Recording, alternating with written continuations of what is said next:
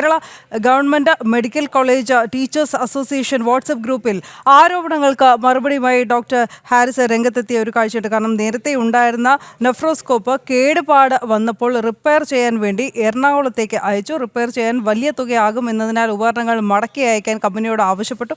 അങ്ങനെ വന്ന ഉപകരണങ്ങളാണ് റൂമിൽ ഉണ്ടായിരുന്നത് എന്നാണ് ഹാരിസ് വാട്സപ്പ് ഗ്രൂപ്പിലൂടെ പ്രതികരിച്ചിരിക്കുന്നത്. കാരണം അദ്ദേഹത്തിനെതിരെയുള്ള ഗുരുതര ആരോപണങ്ങൾക്ക് ഒടുവിൽ മറുപടിയുമായി അദ്ദേഹം എത്തിയിരിക്കുകയാണ്. ശാലിനി കൂടുതൽ വിവരങ്ങൾ നൽകും. ശാലിനി, തന്നെ കൊടുക്കാനുള്ള ആസൂത്രിത ശ്രമമായിരുന്നു അത്. ഈ ഡോക്ടറിൻ്റെ അസാന്നിധ്യത്തിൽ 2 തവണ ഡോക്ടറിൻ്റെ മുറി പരിശോധിക്കുന്നു. ഇനി ചില ഉപകരണങ്ങൾ കാണാതായി എന്ന് പറയുന്നു. ഇനി മറ്റ് തെറ്റിദ്ധാരണകൾ ഉണ്ടാക്കുന്നു. അതിനുള്ള മറുപടിയുമായിട്ട് ഡോക്ടർ എത്തിയിട്ടുണ്ട്. എന്തൊക്കെയാണ് പറയുന്നത് അദ്ദേഹം?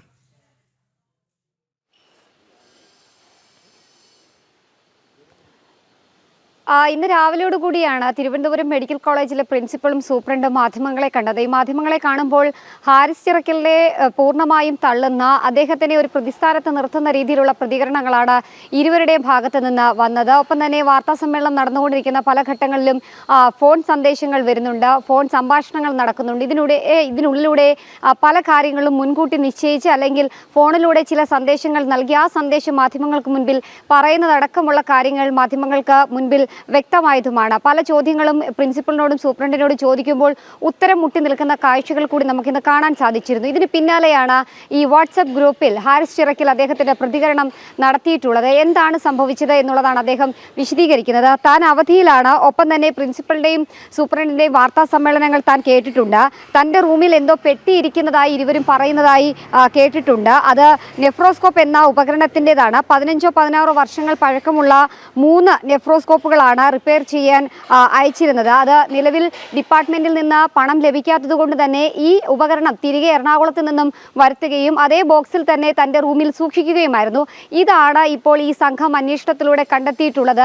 കഴിഞ്ഞ ദിവസങ്ങളടക്കം താനില്ലാത്ത സമയത്ത് തൻ്റെ റൂമിൽ പരിശോധന നടത്തി 6-ാം തീയതി കണ്ടതെന്ന് പറയുന്ന ഉപകരണവും ഇത് തന്നെയാണ് എന്നുള്ളതാണ് ഹാരിസ് ചിറക്കൽ സ്ഥിരീകരിക്കുന്നത്. ഒപ്പം തന്നെ നെഫ്രോസ്കോപ്പി എന്ന ഓപ്പറേഷൻ ചെയ്യാൻ ഉപകരണം അത് ഓപ്പറേഷൻ ചെയ്യാൻ സാധിക്കില്ല. ഒപ്പം തന്നെ പുതിയതിന് റിക്വസ്റ്റ് കൊടുത്തിട്ടും കിട്ടാൻ സമയമെടുത്തത് കൊണ്ടാണ് താനത് നന്നാക്കിയെടുക്കാം, അല്ലെങ്കിൽ പഴയത് ഇരിക്കുന്നത് നന്നാക്കിയെടുക്കാം എന്നുള്ള ചിന്തയിലൂടെ ശ്രമങ്ങൾ നടത്തിയത്. പക്ഷേ 2 ലക്ഷം രൂപ അനുവദിക്കാൻ ഡിപ്പാർട്ട്മെന്റിന് കഴിയാത്ത സാഹചര്യത്തിൽ കൂടിയാണ് ഇത് തിരികെ വാങ്ങിയത്. അത് മോഷണം പോയതോ അങ്ങനെ ഒന്നുമല്ല, അതേ ഉപകരണം തന്നെയാണ് അവിടെ ഇരിക്കുന്നത് എന്നുള്ള പ്രതികരണമാണ് ഇപ്പോൾ ഈ വാട്സപ്പ് ഗ്രൂപ്പിൽ ഹാരിസ് ചിറക്കൽ നടത്തിയിട്ടുമുള്ളത്. കൂടാതെ തന്നെ വലിയ രീതിയിലുള്ള വിമർശനങ്ങൾ തനിക്കെതിരെ ഉയർന്നിട്ടുണ്ട് വാർത്താ സമ്മേളനത്തിൽ. ഇതടക്കമുള്ള കാര്യങ്ങളിലും ചില നിർണായക പ്രതികരണങ്ങൾ അദ്ദേഹം പറയുന്നുണ്ട്.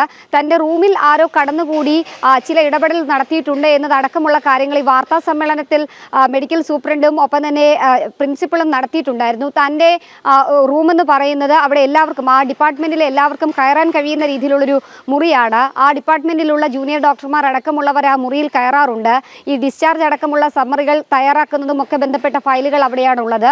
കൂടാതെ തന്നെ ഇവരുടെ ചികിത്സയുമായി ബന്ധപ്പെട്ടും മറ്റ് ഉപകരണങ്ങൾ തിയേറ്ററിലേക്ക് കൊണ്ടുപോകുന്ന അടക്കമുള്ള കാര്യങ്ങളുമൊക്കെ അതിനൊക്കെ ആവശ്യങ്ങൾക്കായി ഇവരൊക്കെ ഈ റൂമിൽ കയറാറുമുണ്ട്. അപ്പോൾ എന്താണ് സംഭവിച്ചത് എന്ന നിജസ്ഥിതി പുറത്തു വരണം എന്നുള്ളത് കൂടിയാണ് അദ്ദേഹം പറയുന്നത്. കൂടാതെ തന്നെ അനുവാദമുണ്ടെങ്കിൽ മാത്രമേ, ആ റൂമിൽ കയറാനുള്ള അനുവാദമുണ്ടെങ്കിൽ മാത്രമേ അവിടെ എല്ലാവരും കയറുകയുള്ളൂ. അത് ആരും രഹസ്യമായി കയറുന്നതുമല്ല. അപ്പോൾ എന്താണ് സംഭവിച്ചത് എന്ന് കണ്ടെത്തണമെന്നതടക്കമുള്ള കാര്യങ്ങൾ അദ്ദേഹം പറയുന്നുണ്ട്. കൂടാതെ തന്നെ നിരവധി ആവശ്യങ്ങൾക്ക് PG ജൂനിയർ ഡോക്ടർമാരും തൻ്റെ റൂമിൽ രാത്രിയും പകലും ഒക്കെ കയറും. അതിനായി അവർക്ക് താക്കോലും നൽകിയിട്ടുണ്ട് എന്നുള്ളതാണ് ഹാരിസ് ചിറക്കൽ ഈ വാട്സപ്പ് ഗ്രൂപ്പിൽ പറയുന്നത്. അപ്പോൾ തൻ്റെ അറിവോ സമ്മതത്തോടോ അല്ലാതെ എന്തെങ്കിലും തരത്തിലുള്ള ഇടപെടൽ നടന്നിട്ടുണ്ടെങ്കിൽ അത് പുറത്തു കൊണ്ടുവരണം.